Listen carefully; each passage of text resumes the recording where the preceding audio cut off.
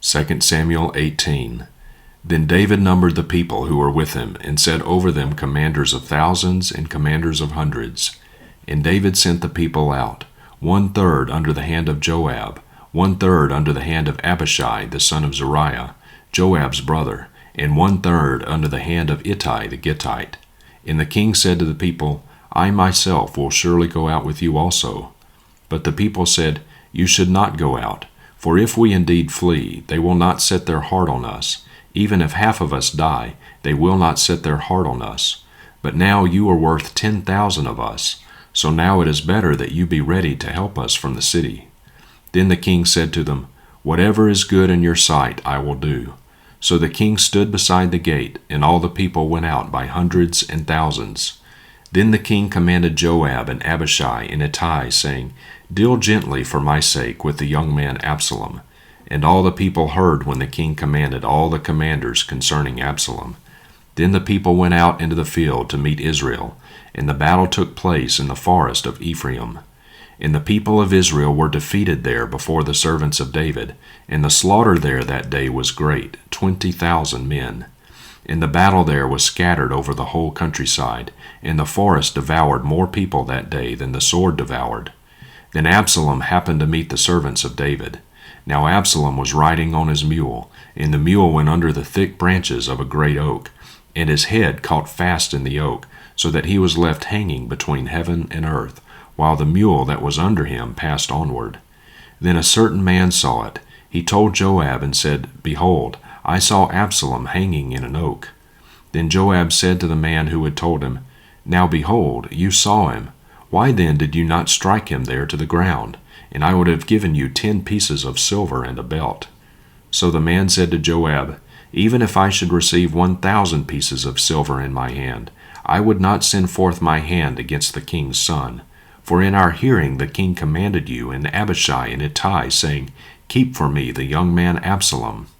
Otherwise, if I had dealt treacherously against his life, and there is nothing hidden from the king, then you yourself would have stood aloof. Then Joab said, I will not wait around here before you. So he took 3 spears in his hand, and thrust them through the heart of Absalom while he was yet alive in the midst of the oak. And 10 young men who carried Joab's armor gathered around and struck Absalom and put him to death. Then Joab blew the trumpet, and the people returned from pursuing Israel, for Joab restrained the people. And they took Absalom and cast him into a deep pit in the forest, and set over him a very great heap of stones. And all Israel fled, each to his tent. Now Absalom in his lifetime had taken and set up for himself a pillar which is in the king's valley, for he had said, I have no son to preserve my name. So he named the pillar after his own name, and it is called Absalom's monument to this day. Then Ahimaaz the son of Zadok said, Please let me run and proclaim the good news to the king that Yahweh has judged to save him from the hand of his enemies. But Joab said to him, You are not the man for the good news this day, but you shall proclaim the good news another day. However, you shall not proclaim the good news today, because the king's son has died. Then Joab said to the Cushite, Go, tell the king what you have seen. So the Cushite bowed to Joab and ran. Now Ahimaaz the son of Zadok said once more to Joab, But whatever happens, please let me also run after the Cushite. And Joab said, Why would you run, my son, since you will have no reward for going? But whatever happens, he said, I will run. So he said to him, Run. Then Ahimaaz ran by way of the plain and passed the Cushite. Now David was sitting between the 2 gates, and the watchman went up to the roof of the gate by the wall, and raised his eyes and looked, and behold, a man running by himself. And the watchman called and told the king, and the king said, If he is by himself, there is good news in his mouth. And he came nearer and nearer. Then the watchman saw another man running, and the watchman called to the gatekeeper and said, Behold, another man running by himself. And the king said, This one also is bringing good news. And the watchman said, I see that the running of the first one is like the running of Ahimaaz the son of Zadok. And the king said, This is a good man, and comes with good news. And Ahimaaz called and said to the king, Peace. And he prostrated himself before the king with his face to the ground. And he said, Blessed is Yahweh your God, who has delivered up the men who lifted their hands against my lord the king. Then the king said, Is there peace with the young man Absalom? And Ahimaaz said, When Joab sent the king's servant and your servant, I saw a great tumult, but I did not know what it was. Then the king said, Turn aside and stand here. So he turned aside and stood still. Behold, the Cushite arrived, and the Cushite said, Let my lord the king receive good news, for Yahweh is judged to save you this day from the hand of all those who rose up against you. Then the king said to the Cushite, Is there peace with the young man Absalom? And the Cushite answered, Let the enemies of my lord the king, and all who rise up against you for evil, be as that young man. Then the king trembled, and went up to the chamber over the gate, and wept. And thus he said as he walked, O my son Absalom, my son Absalom, would I had died instead of you, O Absalom, my son, my son. 2 Corinthians 11.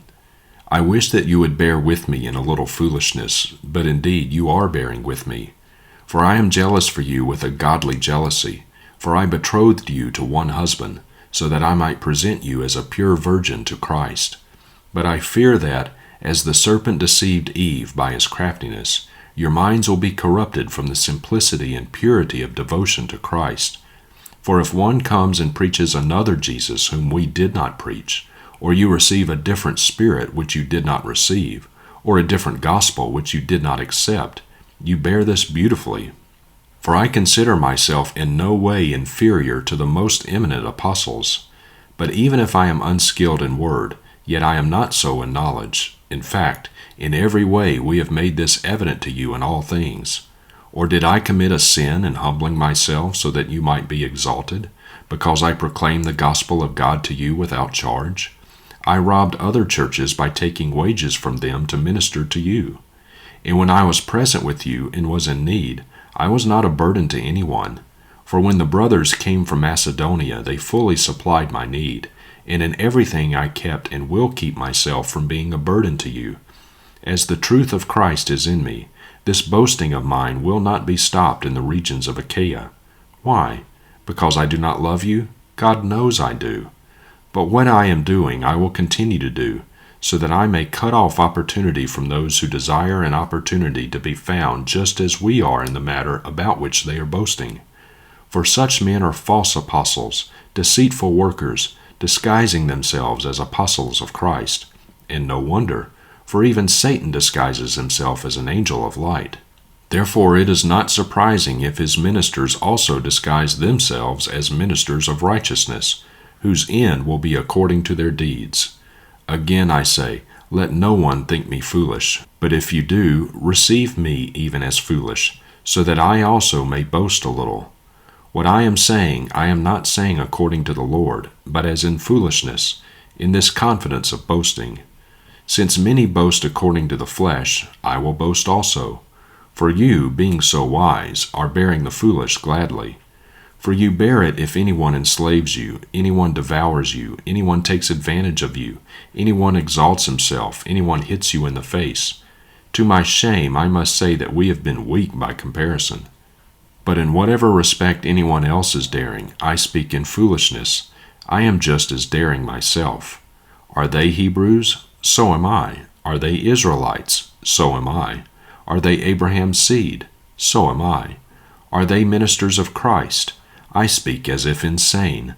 I more so, in far more labors, in far more imprisonments, in beatings without number, in frequent danger of death. 5 times I received from the Jews 40 lashes less one. 3 times I was beaten with rods. Once I was stoned. 3 times I was shipwrecked. A night and a day I have spent in the deep. I have been on frequent journeys in dangers from rivers, dangers from robbers, dangers from my countrymen, dangers from the Gentiles, dangers in the city, dangers in the desolate places, dangers on the sea, dangers among false brothers. I have been in labor and hardship, in many sleepless nights, in starvation and thirst, often hungry, in cold and without enough clothing. Apart from such external things, there is the daily pressure on me of concern for all the churches. Who is weak without my being weak? Who is made to stumble without my burning concern? If I have to boast, I will boast of what pertains to my weakness. The God and Father of the Lord Jesus, He who is blessed forever, knows that I am not lying. In Damascus, the ethnarch under Aretas the king was guarding the city of the Damascenes in order to seize me, and I was let down in a basket through a window in the wall, and so escaped his hands. Ezekiel 25. And the word of Yahweh came to me, saying, Son of man, set your face toward the sons of Ammon, and prophesy against them, and say to the sons of Ammon, Hear the word of Lord Yahweh. Thus says Lord Yahweh, because you said, Aha, against my sanctuary when it was profaned, and against the land of Israel when it was made desolate, and against the house of Judah when they went into exile. Therefore, behold, I am going to give you to the sons of the east for a possession, and they will set their encampments among you, and make their dwellings among you. They will eat your fruit and drink your milk. I will make Rabbah a pasture for camels, and the sons of Ammon a resting place for flocks. Thus you will know that I am Yahweh. For thus says Lord Yahweh, because you have clapped your hands and stamped your feet, and were glad with all the scorn of your soul against the land of Israel. Therefore, behold, I have stretched out my hand against you, and I will give you for plunder to the nations, and I will cut you off from the peoples, and make you perish from the lands. I will destroy you. Thus you will know that I am Yahweh. Thus says Lord Yahweh, because Moab and Seir say, Behold, the house of Judah is like all the nations. Therefore, behold, I am going to open the flank of Moab by its cities which are on its frontiers, the glory of the land, Beth Jeshimoth, Baal Maon, and Kiriathaim, and I will give it for a possession along with the sons of Ammon to the sons of the east, so that the sons of Ammon will not be remembered among the nations. Thus I will execute judgments on Moab, and they will know that I am Yahweh. Thus says Lord Yahweh, because Edom has acted against the house of Judah by taking vengeance, and has incurred grievous guilt, and avenged themselves upon them. Therefore thus says Lord Yahweh, I will also stretch out my hand against Edom, and cut off man and beast from it, and I will lay it waste, from Teman even to Dedan, and they will fall by the sword. I will lay my vengeance on Edom by the hand of my people Israel. Therefore they will act in Edom according to my anger and according to my wrath. Thus they will know my vengeance, declares Lord Yahweh. Thus says Lord Yahweh, because the Philistines have acted in revenge, and have taken vengeance with scorn of soul to bring ruin with everlasting enmity. Therefore thus says Lord Yahweh, Behold, I will stretch out my hand against the Philistines, and cut off the Cherethites, and cause the remnant of the seacoast to perish. So I will execute great vengeance on them with wrathful reproofs, and they will know that I am Yahweh when I lay my vengeance on them. Psalm 73, a psalm of Asaph. Surely God is good to Israel, to those who are pure in heart. But as for me, my feet had almost stumbled, my steps had almost slipped. For I was envious of the boastful, I saw the peace of the wicked. For there are no pains in their death, and their body is fat. They are not in trouble as other men, and they are not stricken along with the rest of mankind. Therefore lofty pride is their necklace, the garment of violence covers them. Their eye bulges from fatness, the delusions of their heart overflow. They scoff and wickedly speak of oppression. They speak from on high. They have set their mouth against the heavens, and their tongue goes through the earth. Therefore his people return here to his place, and waters of fullness are drunk by them. They say, How does God know? And is there knowledge with the Most High? Behold, these are the wicked, and always at ease. They have increased in wealth. Surely in vain I have kept my heart pure, and washed my hands in innocence. For I have been stricken all day long, and reproved every morning. If I had said, I will recount thus, behold, I would have betrayed the generation of your children. When I gave thought to know this, it was trouble in my sight, until I came into the sanctuary of God. Then I understood their end. Surely you set them in slippery places. You caused them to fall to destruction. How they become desolate in a moment. They are completely swept away by terrors. Like a dream when one awakes, O Lord, when aroused, you will despise their form. When my heart was embittered and I was pierced within, then I was senseless and ignorant. I was like an animal before you. Nevertheless, I am continually with you. You have taken hold of my right hand. With your counsel you will lead me, and afterward take me in glory. Whom have I in heaven but you? And besides you I desire nothing on earth. My flesh and my heart fail, but God is the rock of my heart and my portion forever. For behold, those who are far from you will perish. You have destroyed everyone who is unfaithful to you. But as for me, the nearness of God is my good. I have set Lord Yahweh as my refuge, that I may recount all your works.